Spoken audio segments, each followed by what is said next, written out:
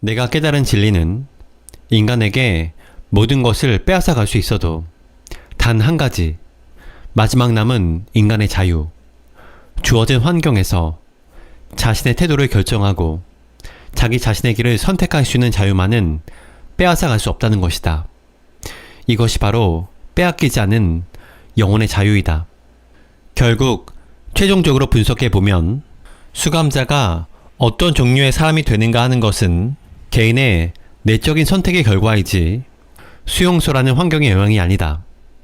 근본적으로 어떤 사람이라도, 심지어 그렇게 척박한 환경에 있는 사람이라도 자기 자신이 정신적으로나 영적으로 어떤 사람이 될 것인가 선택할 수 있다.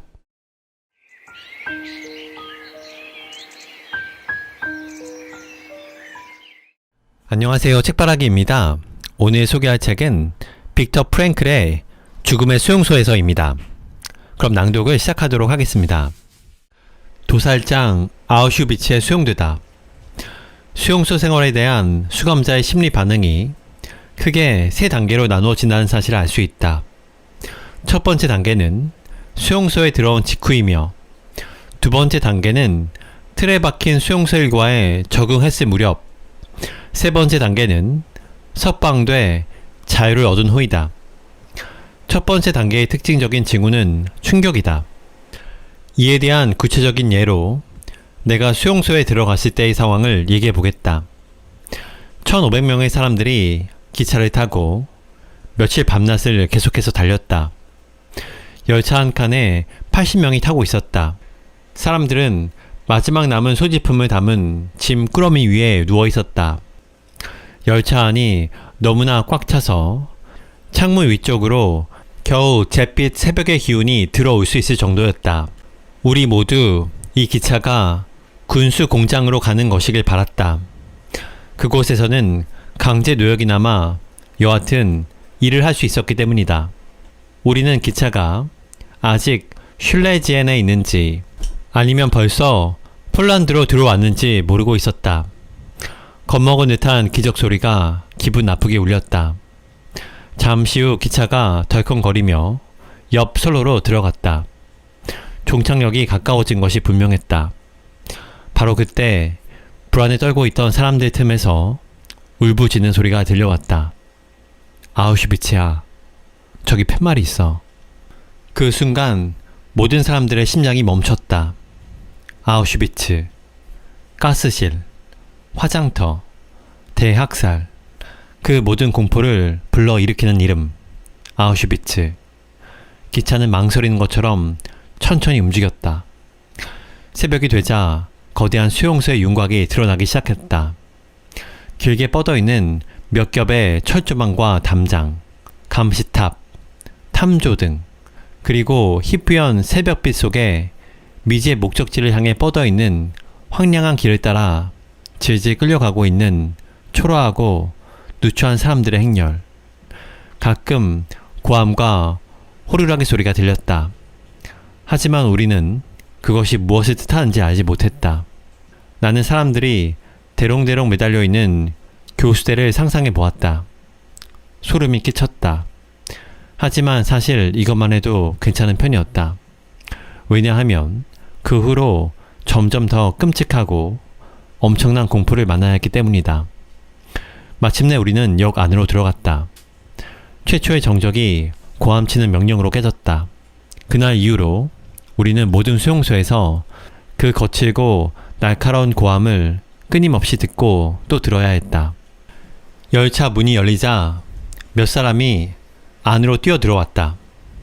모두 줄무늬 수의를 입고 머리를 깎았지만 영양 상태는 좋아 보였다.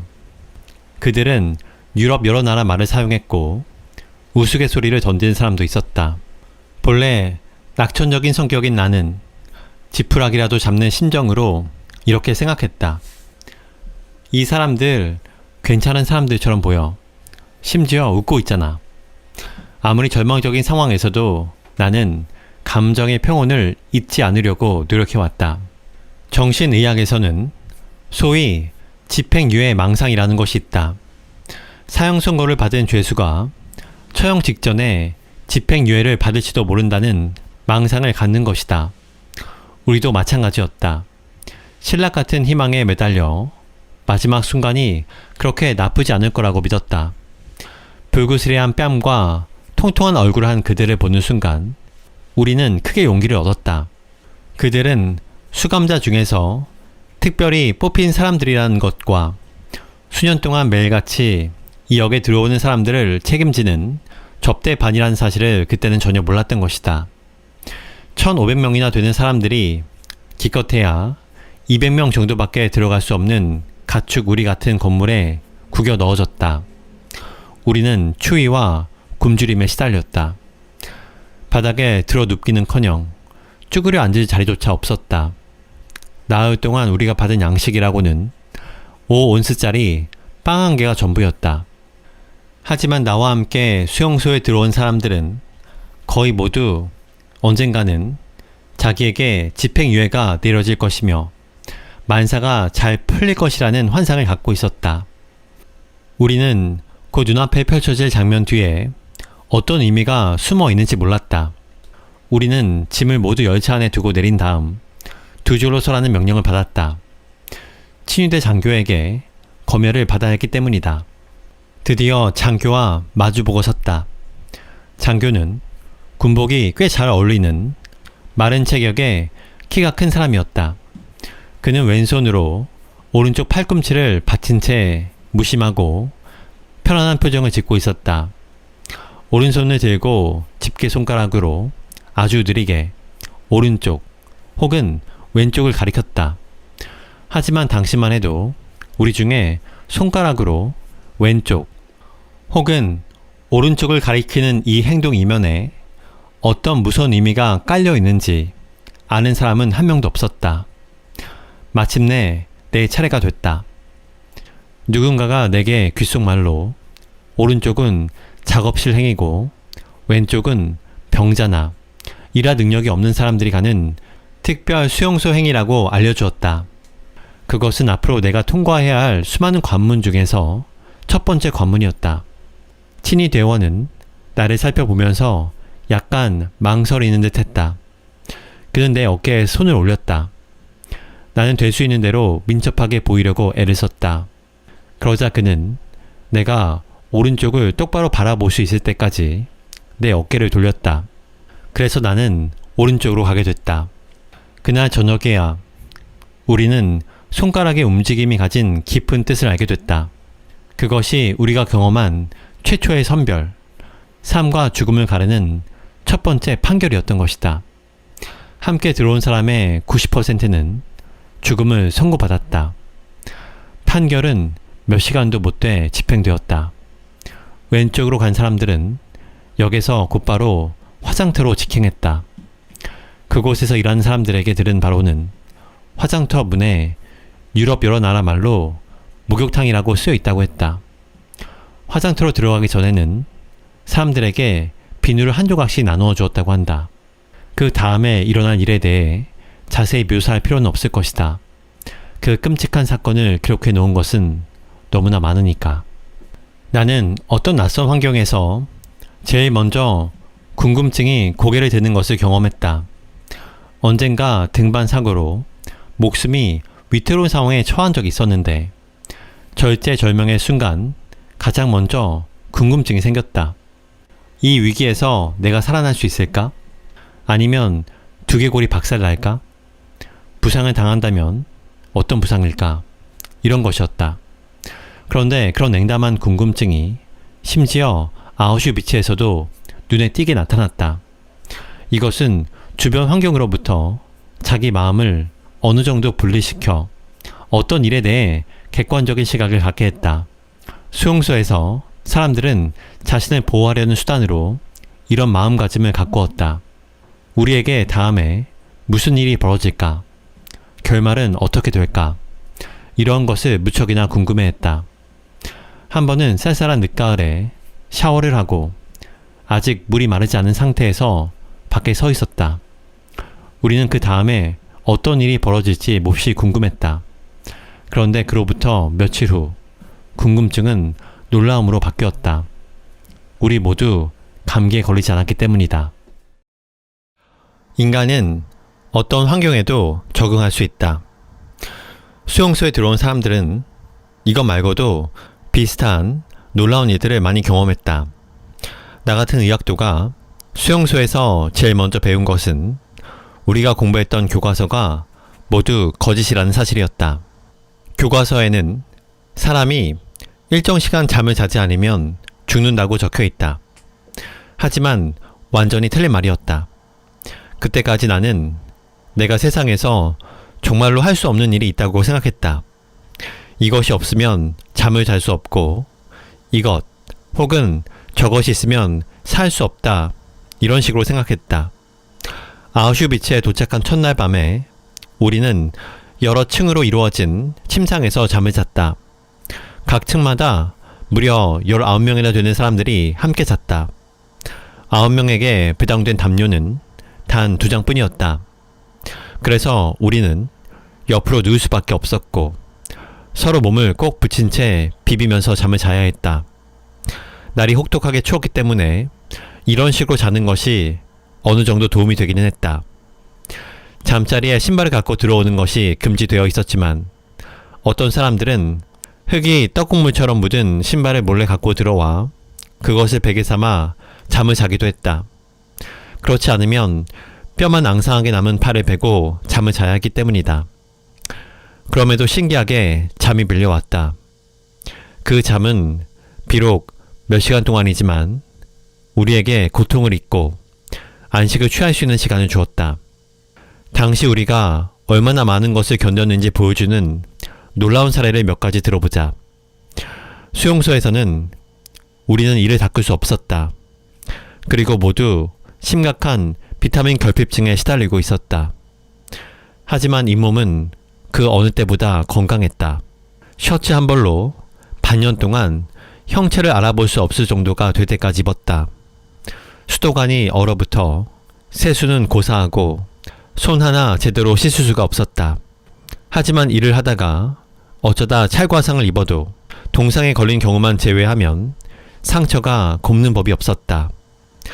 밖에서 생활할 때 잠을 제대로 못 잤던 사람이 있었다.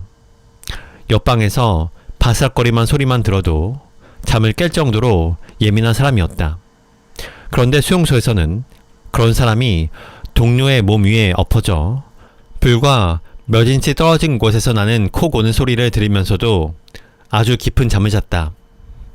만약 어떤 사람이 인간을 어떤 환경에도 적응할 수 있는 존재로 묘사한 도스토예프스키의 말이 사실이냐고 묻는다면 우리는 이렇게 대답할 것이다. 물론입니다.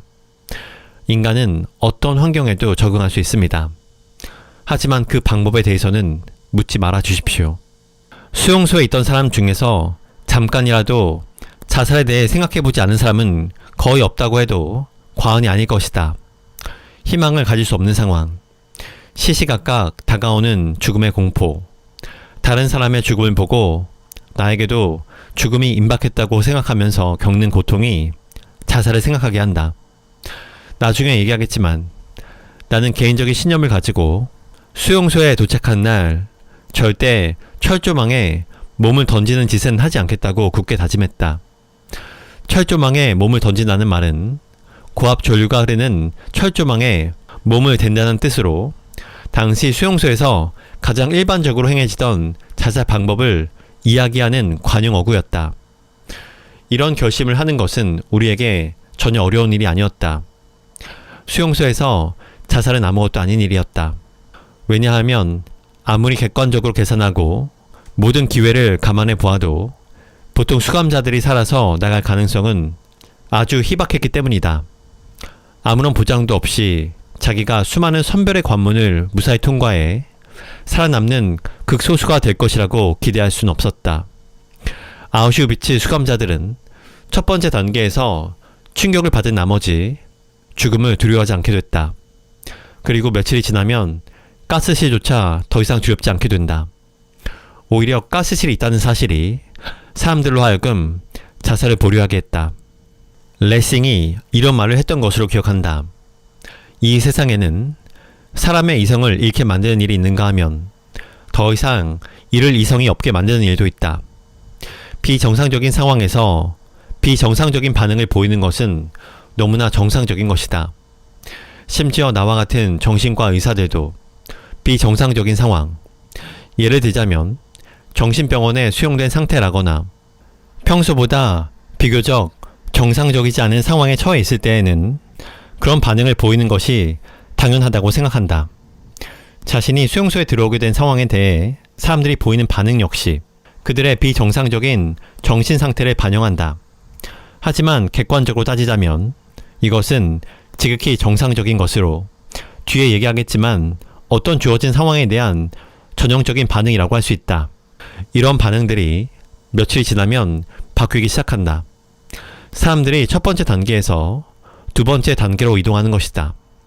그 다음 단계는 상대적인 무감각 단계로 정신적으로 죽은 것과 다름없는 상태를 말한다.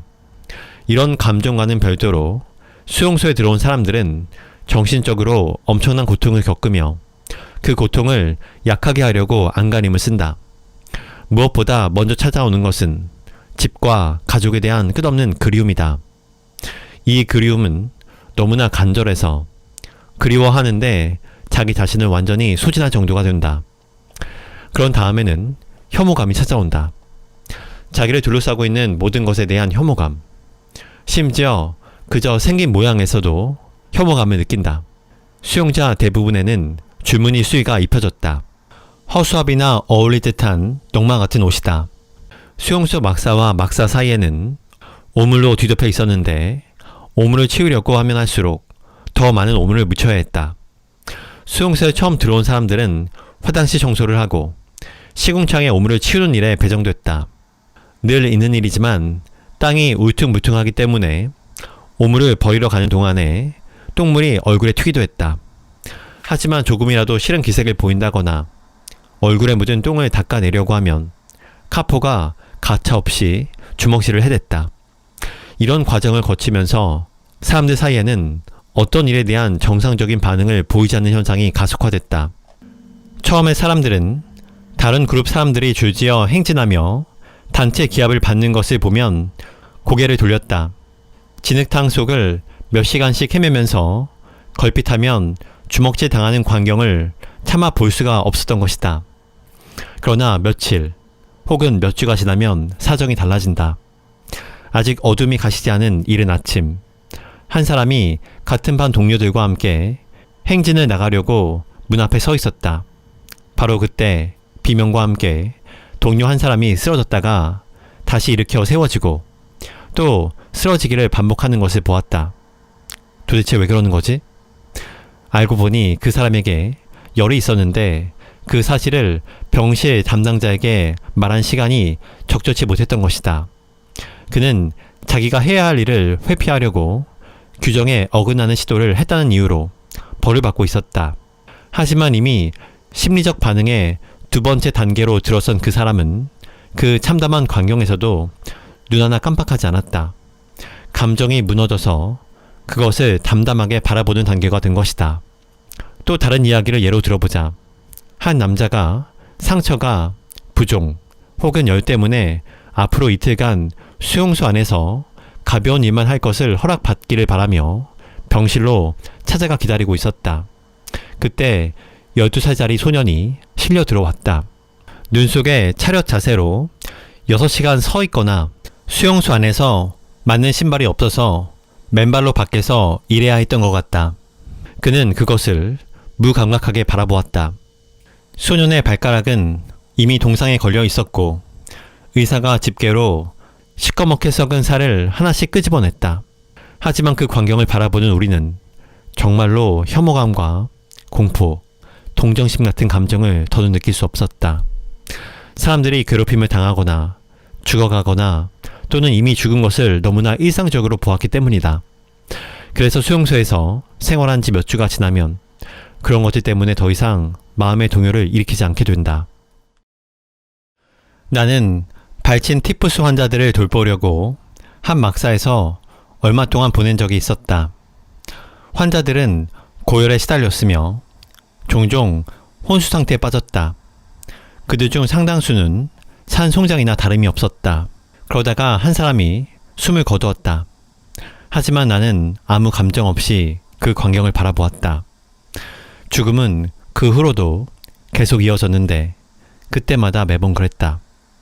한 사람이 숨을 거두자 나머지 사람들이 아직 체온이 남아있는 시신 곁으로 다가갔다. 그중 한 사람이 죽은 사람이 먹다 남은 지저분하기 짝이 없는 감자를 낚아채 갔다. 그 다음 사람은 시신이 신고 있는 신발을 자기 것보다 좋다고 생각했는지 신발을 바꾸어 갔다. 세 번째 사람도 앞 사람이 했던 것과 똑같이 죽은 사람의 외투를 가지고 갔다. 그런가 하면 또 다른 사람은 진짜 구두끈을 갖게 됐다고 좋아했다. 나는 담담한 심정으로 이 모든 광경을 지켜본 뒤 간호사에게 시신을 치워달라고 했다. 그는 시체 다리를 잡아서 50명이나 되는 환자들이 사용하는 2개의 나무 사이로 나 있는 좁은 통로로 시체를 끌어냈다. 그런 다음 울퉁불퉁한 바닥 위로 시체를 질질 끌고 문 쪽으로 갔다. 문 앞에는 계단이 2개가 있었다. 그 계단을 지나야 밖으로 나갈 수 있는데 그 계단 때문에 우리는 늘 애를 먹었다. 만성적인 굶주림으로 기운이 거의 없었기 때문이다.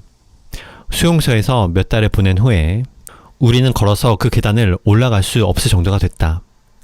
높이가 겨우 6인치 정도에 불과했지만 그곳을 오르려면 문설주를 붙잡고 몸을 끌어올려야만 했다. 시체를 끌고 간 다음에 계단 앞까지 갔다. 그는 힘겹게 자기 몸을 끌어올렸다. 그런 다음에 시체를 끌어올렸다.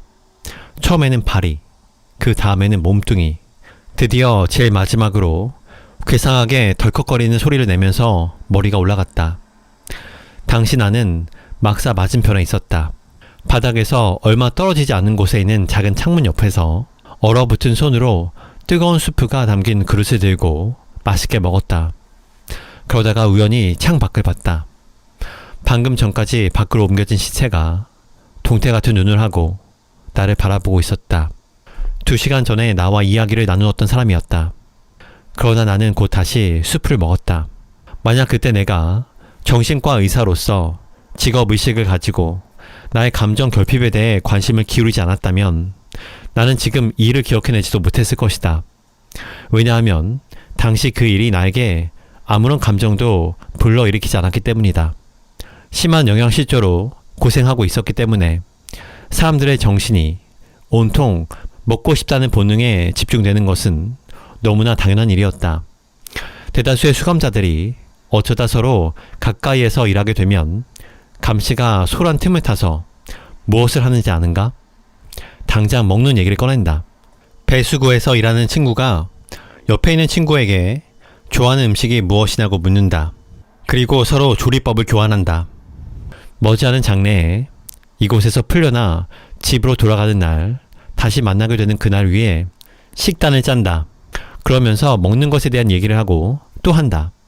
아주 자세하게 그 모양을 머릿속에 그려가면서 이런 대화는 감시병이 온다는 경고가 마지막 사람에게 전달될 때까지 계속된다. 하지만 나는 이렇게 먹는 것에 대해 이야기를 나누는 것이 위험하다고 생각했다. 이제 간신히 우리 몸이 적은 양의 음식과 낮은 칼로리에 적응하게 됐는데 맛있는 음식을 자세하고 생생하게 묘사함으로써 내장 기관에 자극을 주면 나쁜 결과가 생기지 않을까 염려했던 것이다. 먹는 이야기가 당장은 마음에 위안을 줄지 몰라도 생리적으로는 위험을 수반한 환상에 불과할 뿐이다. 수용소 생활이 후반부에 접어들었을 때 우리는 하루에 한 번 아주 묽은 스프와 전처럼 적은 양의 빵을 배급받았다. 그러다가 가끔 특별 배급이라는 것을 받을 때가 있었다. 마가린 0.75온스, 보잘것없는 크기의 소시지, 작은 치즈 조각, 가공 벌꿀 조금, 묽은 잼 한 숟가락 등 그때마다 달랐다. 이런 식단은 열량이 절대적으로 부족한 것이었다. 허름한 옷을 입고 추위에 떨면서 맨손으로 중노동을 하는 우리 상황을 고려해 본다는 말이다. 특별 간호를 받아야 하기 때문에 작업장으로 가지 않고 임시 막사에 남아있는 환자에게 주는 음식은 더 형편이 없었다. 마지막 남아있던 피와 지방층이 사라지고 몸이 해골의 가죽과 넉마를 씌워 놓은 것 같이 되었을 때 우리는 우리 몸이 자기 자신을 먹어치우기 시작했다는 것을 느낄 수 있었다. 내장기관이 자체의 단백질을 소화시켰고 몸에서는 근육이 사라졌다. 그러자 저항력이 없어졌다. 같은 막사에 있던 사람들이 하나 둘씩 죽어나갔다.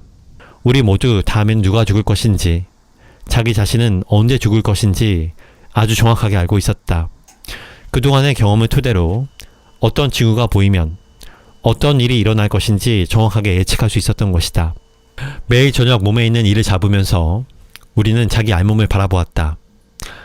그러고는 모두 같은 생각을 했다.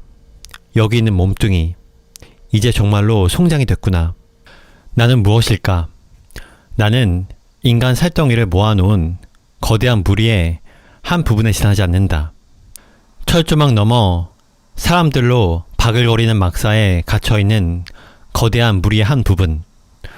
그 구성원의 일부가 죽어서 몸뚱이가 썩기 시작하는 바로 그 거대한 무리의 극히 일부분에 지나지 않는 것이다. 시시때때로 의식을 파고드는 먹는 것과 좋아하는 요리에 대한 생각을 떨쳐버리기가 얼마나 힘든지 앞에서 얘기했을 것이다. 우리 중에서 정신력이 가장 강한 것으로 알려진 사람도 맛있는 음식을 다시 먹게 될 그날을 기다리고 있었다. 단지 맛있는 음식 그 자체 때문이 아니었다. 그때가 되면 먹는 것 외에 다른 것을 생각할 수 없었던 인간 이하의 상황이 마침내 끝난다는 것을 의미하기 때문이다.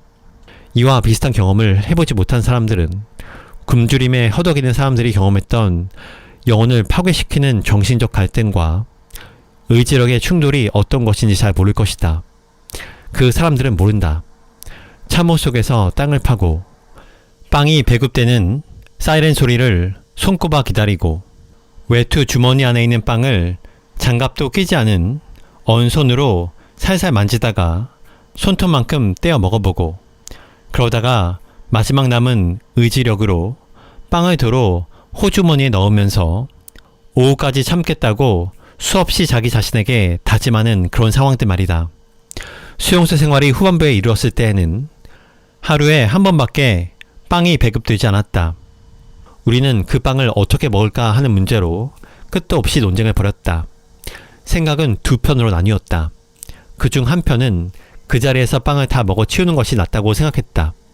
이것은 비록 잠깐 동안이긴 하지만 적어도 하루에 한 번은 극심한 굶주림의 고통에서 벗어날 수 있으며 도둑맞거나 잃어버릴 염려가 없다는 장점이 있었다. 반면에 다른 한편은 배급받는 빵을 나누어서 먹어야 한다는 주장이었다.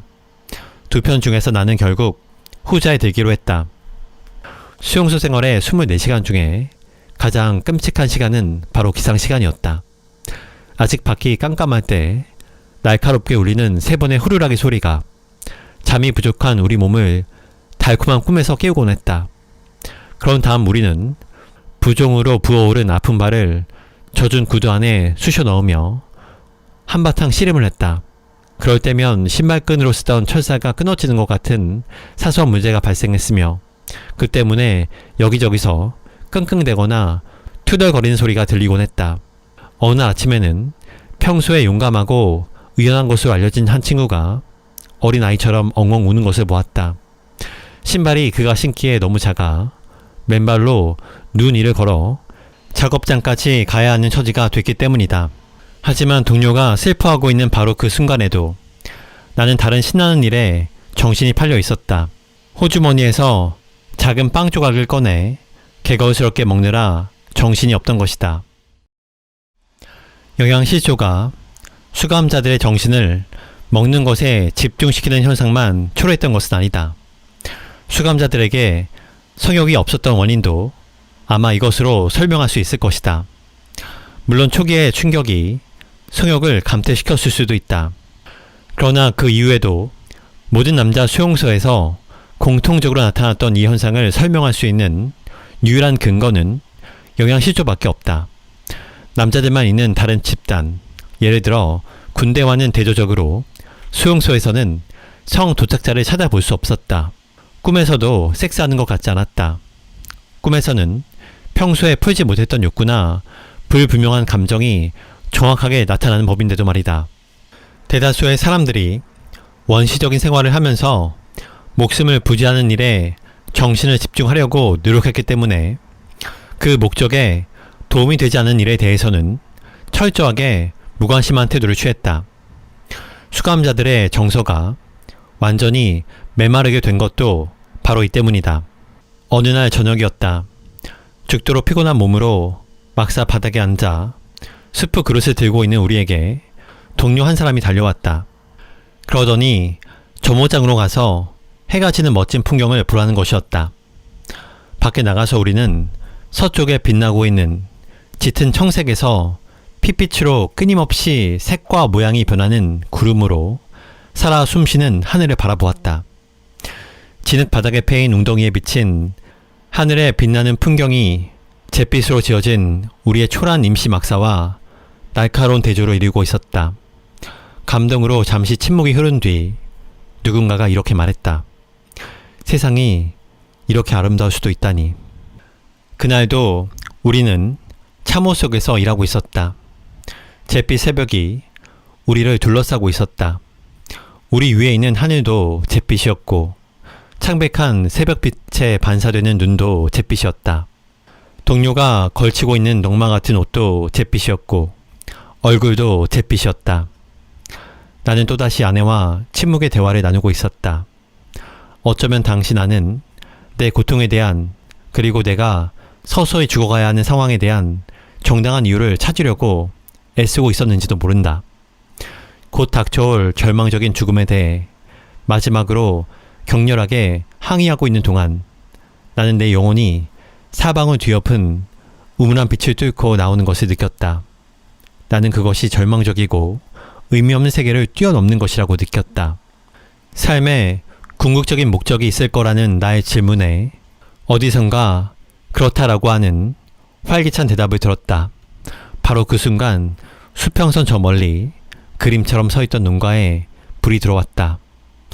바바리아의 동트는 새벽. 초라한 잿빛을 뚫고 불이 켜진 것이다. 빛은 어둠 속에서 빛났다. 나는 몇 시간 동안 얼어붙은 땅을 파면서 서 있었다. 감시벽이 지나가면서 욕했고 나는 또다시 사랑하는 사람과 대화를 나누었다. 그러자 점점 더 그녀가 곁에 있는 것까지 느껴졌다. 그녀는 정말로 내 곁에 있었다. 그녀를 만질 수 있을 것 같았고 손을 뻗어 그녀의 손을 잡을 수 있을 것 같은 느낌이 들었다. 그 느낌이 너무나 생생했다. 그녀가 정말로 거기에 있던 것이었다. 바로 그 순간 새 한 마리가 날아와 내가 파놓은 흙더미 위에 앉았다. 그리고 천천히 나를 바라보았다. 강제 수용소에서 예술과 비슷한 것이 있다는 것만으로도 놀라워하는 사람들이 있을 것이다. 하지만 예술뿐만 아니라 유머도 있었다는 것을 알게 되면 더더욱 놀랄 것이다. 비록 그 흔적이 아주 희미하고 몇 초 혹은 몇 분 동안만 지속되지만 유머는 자기 보존을 위한 투쟁에 필요한 또 다른 무기였다. 이미 잘 알려진 대로 유머는 그 어떤 상황에서도 그것을 딛고 일어설 수 있는 능력과 초연함을 가져다 준다. 건축 공사장에서 일을 할 때 실제로 나는 옆에서 일하는 친구를 대상으로 유머 감각을 개발시키는 훈련을 한 적이 있다. 나는 그에게 적어도 하루에 한 가지씩 재미있는 이야기를 만들어내자고 했다. 이야기 소재는 우리가 풀려난 다음에 일어날 수 있는 일이었다. 유머 감각을 키우고 사물을 유머러스하게 보려는 시도는 우리가 세상을 살아가는 기술을 배우면서 터득한 하나의 요령이다. 고통이 도처에 도사리고 있는 수용소에서도 이런 삶의 기술을 실행하는 것이 가능하다. 한번 유추해보자. 인간의 고통은 기체의 이동과 비슷한 면이 있다. 일정한 양의 기체를 빈 방에 들여보내면 그 방이 아무리 큰 방이라도 기체가 아주 고르게 방 전체를 완전히 채울 것이다. 그와 마찬가지로 인간의 고통도 그 고통이 크든 작든 상관없이 인간의 영혼과 의식을 완전하게 채운다. 따라서 고통의 크기는 완전히 상대적인 것이라고 말할 수 있다. 수용소에서도 사람들로부터 떨어져 혼자 있을 수 있는 시간이 있었다. 심지어는 그래야 할 필요가 있었을 때도 있었다. 잘 알다시피 하는 모든 일이 항상 다른 사람의 시선을 끄는 강요된 공동생활을 하다 보니 때로는 잠시라도 사람들로부터 벗어나 혼자 있고 싶다는 생각이 강하게 들 때가 있었다. 수용소에 갇힌 사람들은 혼자 있게 되기를, 혼자서 사색에 잠길 수 있기를 간절히 원했다. 그들은 자기만의 개인적인 공간, 혼자 있는 고독을 열망했다. 소위 말하는 요양소로 옮긴 후 나는 한 번에 5분 정도 혼자 고독을 즐기는 흔치 않은 행운을 누리게 되었다. 거기에는 배수관으로 통하는 구멍도 있었다. 나는 일이 없을 때마다 이 구멍의 나무 뚜껑 위에 쭈그리고 앉아 있곤 했다. 그냥 앉아서 꽃이 만발한 초록빛 산둥성이를 바라보거나 바바리아의 푸른 언덕을 바라보았다. 그리고 나는 간절하게 꿈을 꾸었다. 그러면 내 마음은 북쪽에서 북서쪽, 나의 집이 있는 방향으로 날아갔다. 그러나 보이는 것은 구름뿐이었다. 옆에 있는 시체, 이가 득실거리는 그 시체도 나에게는 전혀 문제가 되지 않았다. 수용소 체험으로 나는 수용소에서도 사람이 자기 행동의 선택권을 가질 수 있다는 것을 알았다. 이것을 입증해주는 예, 즉 무감각 증세를 극복하고 불안감을 제압하는 경우는 얼마든지 많이 있었다. 가혹한 정신적, 육체적 스트레스를 받는 환경에서도 인간은 정신적인 독립과 영적인 자유의 자취를 간직할 수 있다는 것이다. 강제 수용소에 있었던 우리들은 막사를 지나가면서 다른 사람을 위로하고 마지막 남은 빵을 나눠주었던 사람들이 있었다는 것을 기억하고 있다. 물론 그런 사람이 아주 극소수였는지도 모른다. 하지만 이것만으로도 다음과 같은 진리가 옳다는 것을 입증하기에 충분하다. 그 진리란 인간에게 모든 것을 빼앗아갈 수 있어도 단 한 가지, 마지막 남은 인간의 자유, 주어진 환경에서 자신의 태도를 결정하고 자기 자신의 길을 선택할 수 있는 자유만은 빼앗아갈 수 없다는 것이다. 수용소에서는 항상 선택해야 했다. 매일같이 매시간 결정을 내려야 할 순간이 찾아왔다.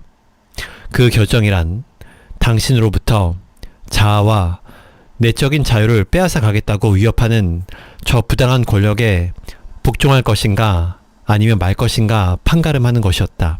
그 결정은 당신이 보통 수감자와 같은 사람이 되기 위해 자유와 존엄성을 포기하고 환경의 놀이개가 되느냐 마느냐를 판가름하는 결정이었다.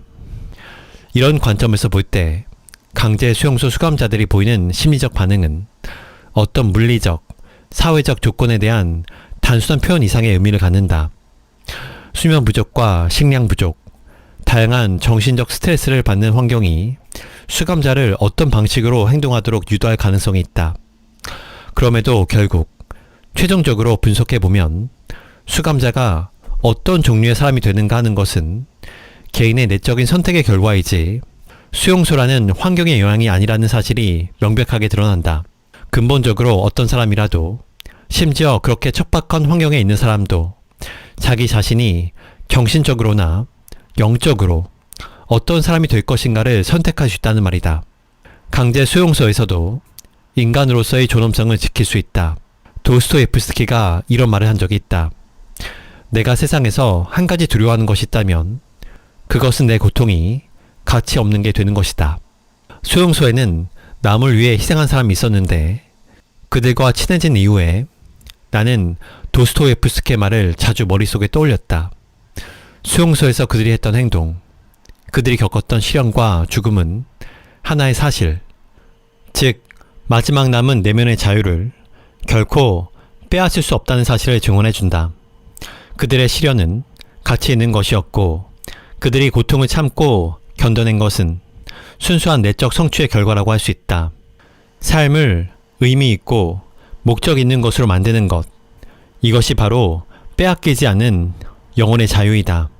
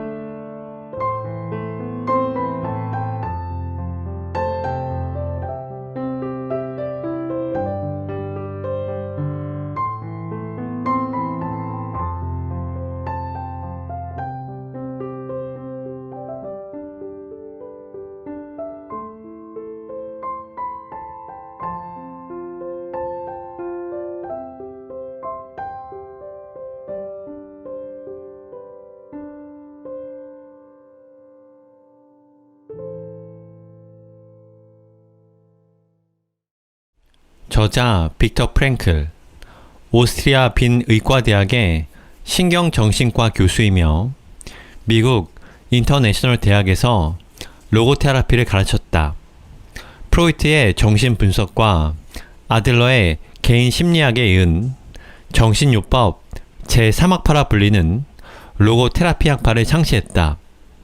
1905년 오스트리아 빈에서 태어났고 빈 대학에서 의학 박사와 철학 박사 학위를 받았다.